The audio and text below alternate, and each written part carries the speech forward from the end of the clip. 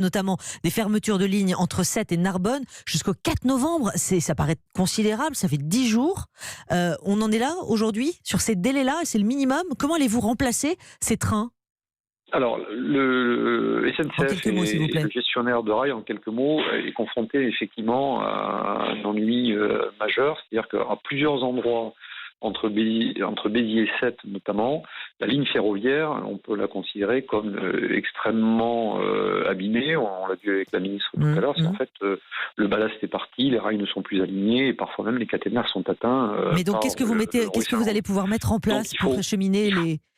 Il faut réparer de manière considérable le réseau.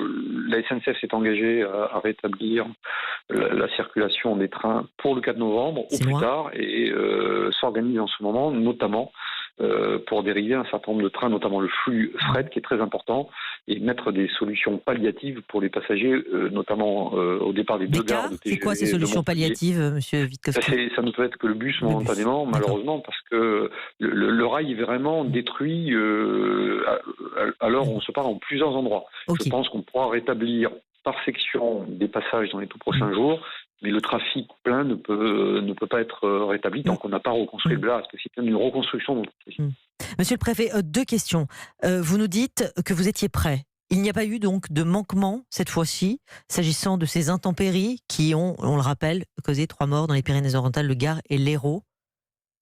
Alors, je vous reprendrai sur un autre verbe qualificatif que je connais. Cette fois-ci, il n'y a jamais cette fois-ci. C'est-à-dire qu'à partir du moment où nous anticipons l'arrivée et la survenue des événements prévisibles, et notamment la météorologie nous émettons, et nous essayons de relier d'ailleurs au travers de vos antennes, et je vous en remercie véritablement, ainsi que tous les services, les messages d'alerte.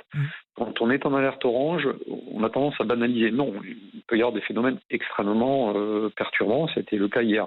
Ensuite, on déploie des dispositifs sur le terrain et ensuite, il faut gérer l'opération.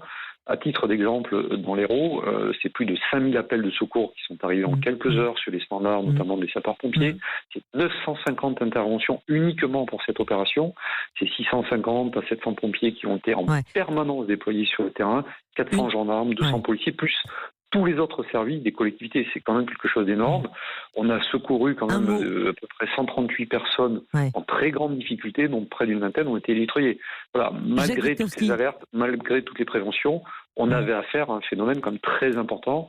300 litres d'eau par mètre carré sur un territoire de 40 km sur 40. Enfin, vous pouvez imaginer la quantité d'eau en 7 heures. Monsieur le préfet, juste un mot. Dans combien de temps allez-vous déclarer l'état de catastrophe naturelle ? D'un mot. Alors on se parle. Nous avons prévenu hier après-midi toutes les communes de préparer leurs dossiers. Nous avons aujourd'hui une quarantaine de dossiers de communes qui nous sont parvenus. On en aura une trentaine d'autres sans doute demain. Nous les transmettons au ministère de l'Intérieur qui instruit la commission et qui devrait, dans les tout prochains jours, pouvoir déclarer l'état de catastrophe. Dans les prochains jours, la semaine prochaine. Tout prochain jour. Voilà, Merci beaucoup. Merci beaucoup, monsieur le préfet Jacques Witkowski.